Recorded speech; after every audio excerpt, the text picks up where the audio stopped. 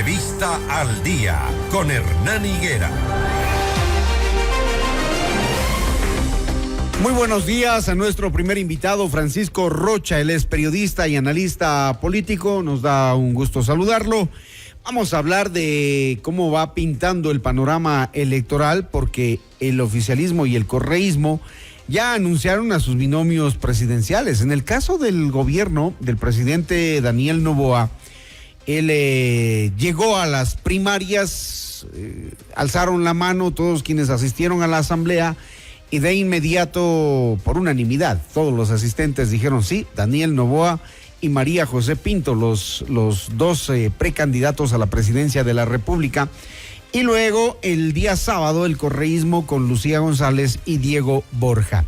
Así se van conformando los binomios presidenciales. En el caso de Daniel Noboa dijo que la mejor opción para la asamblea era nada más y nada menos que su madre. Y claro, ella con el objetivo de reforzar la acción del gobierno, dice, para lograr una asamblea que reme hacia el mismo lado. Francisco, muy buenos días, bienvenido. Gracias, Hernán, buenos días. Bueno, con lo que pasó este fin de semana, ¿cuál es la expectativa que tenemos los ecuatorianos cuando ya se van conformando ciertos binomios y nos van generando opciones? ¿Son en realidad opciones? Bueno, lo que se suele decir, esto es lo que hay. Ajá. Esto es lo que hay y no es muy halagador. Podemos ver que el presidente de la República, perdón, Hernán, sí, decide ser candidato, busca un binomio entre sus funcionarios, no nos ha contado todavía qué va a hacer con la vicepresidenta que le acompañó a él. Y que la envió a Turquía el fin de semana, ¿no? Y luego el binomio que uno más o menos entendía que podía ser doña Luisa González. La sorpresa es el economista Diego Borja, ¿no?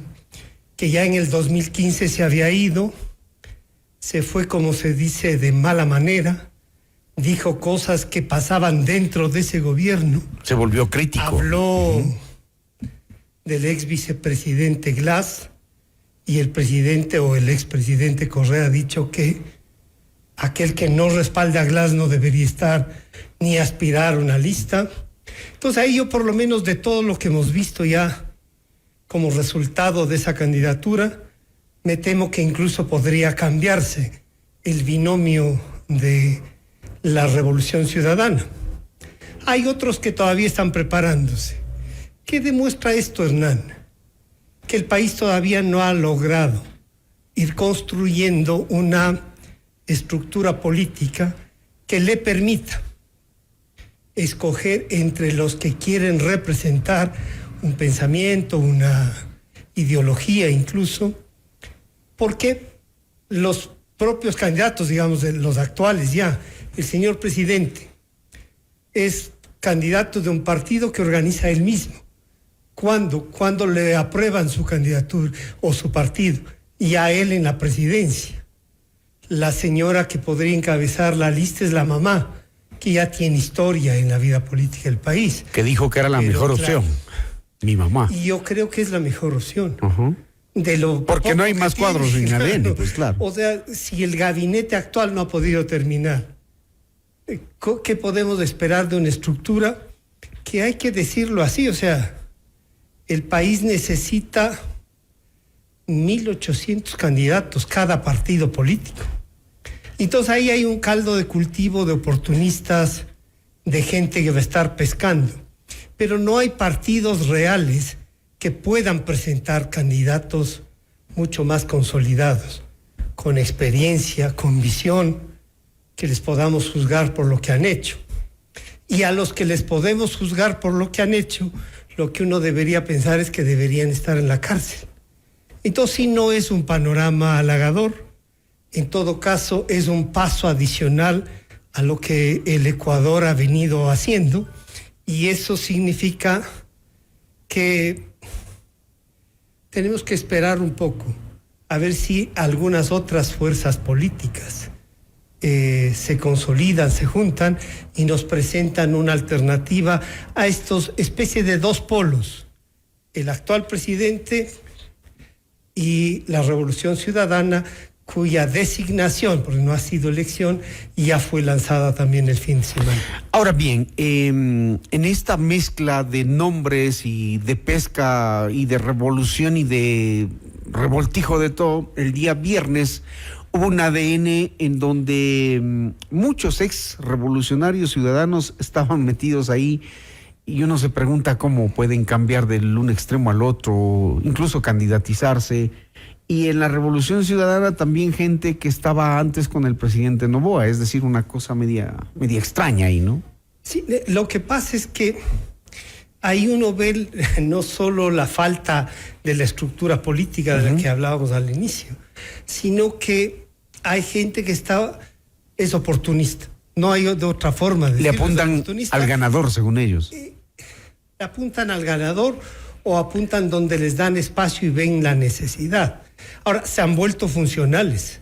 Estos que no les importa estar en uno o en otro lugar son funcionales para el ejercicio del poder político, por lo menos de este ejercicio que es vergonzante, de este que no importa lo que hacen. Hemos oído decir a funcionarios, a mí me ha tocado hacer el trabajo sucio. Y uno dice, oiga, ¿y usted acepta eso de hacer el trabajo sucio? Sí, lo hacen.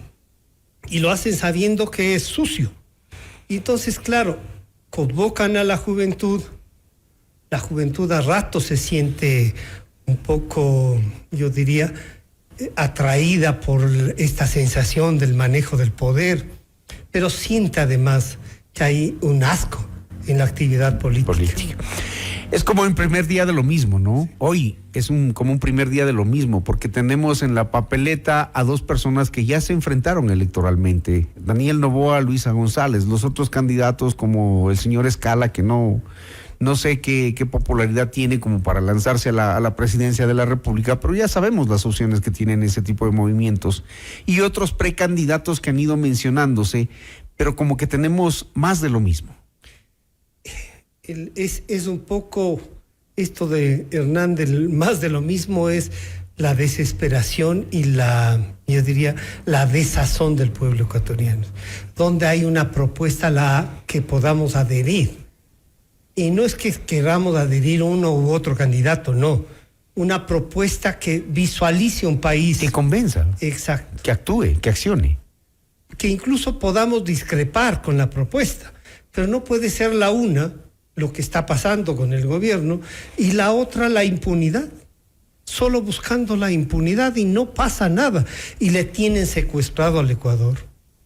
Tanto la una opción como la otra, la una se erige como la contradictoria y no y hace acuerdos y pactos y la gente dice, oiga, pero no se supone que le ganó las elecciones para limpiar un poco el camino, no, y hace pactos desde el primer día y llegan a acuerdos y aprueban leyes, después ellos mismos desnostan de esas leyes que han aprobado y dicen que es el neoliberalismo y los otros les dicen que son los socialistas del siglo XXI los que ya se robaron el país, pero más de lo mismo, Hernán. Yo espero que en esta campaña, que es un paso, como he dicho, Moreno fue un gran paso y eso hay que reconocerlo ahora. El señor Lasso ha sido también un paso pequeño para salir de este entrampamiento. El señor Noboa lamentablemente llega y está ahí. Es posible que sea por el poco tiempo de perspectiva que tenía, pero ya más o menos sabemos qué es lo que puede hacer. ¿Hay alguna otra propuesta? ¿Hay una o dos propuestas adicionales que nos motiven a pensar en un Ecuador diferente? Como decía la canción esa, ¿no?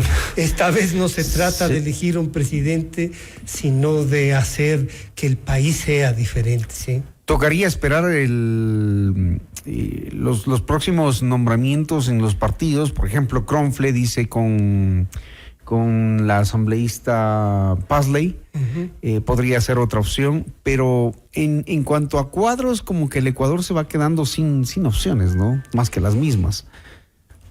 La verdad es que el Ecuador lo que tiene que darse el trabajo, la democracia es esta participación permanente, ¿no? Esta preparación, esta de ver qué es el petróleo, qué es la salud, qué cómo es la funciona, educación, cómo claro. funciona, qué nomás tiene el Estado como legislación. Lo desesperante es que los que están ahí, uno les pregunta y no saben. Entonces, claro, la democracia no es una dirección donde uno llega, se estaciona y ya está hecha, no. La democracia hay que irla construyendo y para eso necesitamos gente y para eso necesitamos darse el trabajo de pensarla, pues, de irla, la institucionalidad tiene que funcionar, no solo los candidatos y los partidos. Y yo quisiera dar un mensaje de que la estructura política, la organización política tiene que reconstituirse, fue vapuleada, quizá por sus propios errores, pero también porque hubo muchos actores que la golpearon hasta que ha quedado pulverizada. Este es un momento en que el país necesita reconstruir esa para tener funcionarios públicos de categoría, funcionarios públicos preparados, para tener, no como dicen ahora, nos dicen novatos y es porque no tenemos la carga y resulta que uno revisa el panorama que nos han presentado de funcionarios públicos y es la rémora de todo. Todo. Uno revisa los presupuestos gastados y da pena, ¿no? Y da vergüenza. No hay una idea de planificación. No solo que da pena, Hernán, da vergüenza tener administraciones, ya no solo nacional, porque lo más penoso es lo que les pasa también a los municipios y a los consejos provinciales. Pero sí, estamos, no sé si ya hemos topado fondo, pero en todo caso estamos bien abajo y lo que deberíamos esperar y aspirar es a por lo menos reflotar, relanzarnos para ir caminando. Ahora más que nunca, Hernán, el papel de la ciudadanía, nuestro ejercicio ciudadano tiene que verse efectivo. ¿Cómo nos fijamos los ecuatorianos en elegir un buen binomio? ¿Por qué? Porque en el caso del señor Noboa hay muchas promesas incumplidas.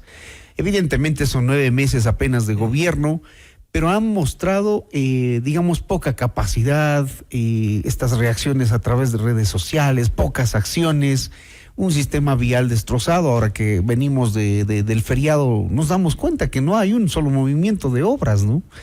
Y el correísmo apostándole a la transparencia, a la idoneidad, a la experiencia. Y creo que hay una buena parte de los ciudadanos que, como dicen popularmente, ya no comen cuento. Es que no es tan así, Hernán. Eso de que ya no comen cuento ya no es tan cierto. Porque los ecuatorianos un poco a ratos, quizá por la desesperanza, han optado en unos casos por ratificar y por volverse casi fanáticos. Ahí hay un 20-22% que está y que no se mueve. Radical, claro. Sí, que está ahí y a lo mejor piensan que eso es. Pero ¿y dónde está el otro, el 78, el 75%? Disperso. No solo que disperso, sino a ratos me temo que con qué me importismo, o sea, no les importa. Y lo que tiene ya es que vamos importar, por lo conocido vamos y por ya. Cualquiera, sí. Y no, ahora lo que tenemos es primero que preguntarle cuál es su estructura. O sea, ¿tiene por lo menos los nombres para nombrar en el gabinete? Hernán, no me voy a cansar de repetir. Si alguien gana la presidencia, necesita entre 2.800 y 3.000 personas para que los representen en el ejercicio del poder político. ¿Tienen esos? ¿Tienen por lo menos, digamos, 500 personas que puedan hacerse cargo de lo que viene, pero además de lo que viene para mejorarlo? No solo para estar y ganar los sueldos, que no son malos. A algunos les escuché decir, es que lamentablemente los sueldos... Ganábamos más, dicen, en el sector privado. Bueno, entonces quédense ahí, si es el tema de salarios, claro. No acepten. Quédense ahí. Y creo que es una buena ventaja preguntar a los candidatos ahora, sobre todo en los debates, quiénes conformarían sus equipos, porque es desastroso en realidad. Ahora más que nunca necesitamos que nos digan con quiénes van a trabajar, quiénes van a ser sus manos ejecutoras, diría yo. Pero también algo que no podemos dejar de lado es qué parlamento o qué asamblea, en el caso ecuatoriano, vamos a elegir. Claro. Porque no puede ser rellenos, 1 o 2 nombres de las listas y el resto rellenos, en donde van desde delincuentes sentenciados hasta gente que está pronto ariada y a la que en vez de ser candidato, lo que nuevamente digo es hay que tenerles en la cárcel. Y eso tiene que ver con el Consejo Nacional Electoral, porque no puede ver a un lado el Consejo Nacional Electoral y permitir que esta gente sea calificada para ser candidatos. Van a tener que hacer un mejor trabajo. Lo que yo aspiraría y diría que es indispensable es que este Consejo Nacional Electoral no puede seguir más, porque ya en estas últimas 5 procesos electorales o elecciones que hemos tenido han demostrado de lo que son capaces, o mejor dicho, de lo que han sido incapaces. De las dos cosas, diríamos, ¿no? Gracias, Francisco Rocha, analista político y periodista, analizando estas últimas decisiones del fin de semana, cuando los partidos y movimientos políticos van definiendo a sus candidatos, también algunos alquilando sus espacios como partidos políticos. Esa es la forma en cómo se están haciendo las primarias en el país. Gracias nuevamente, Francisco.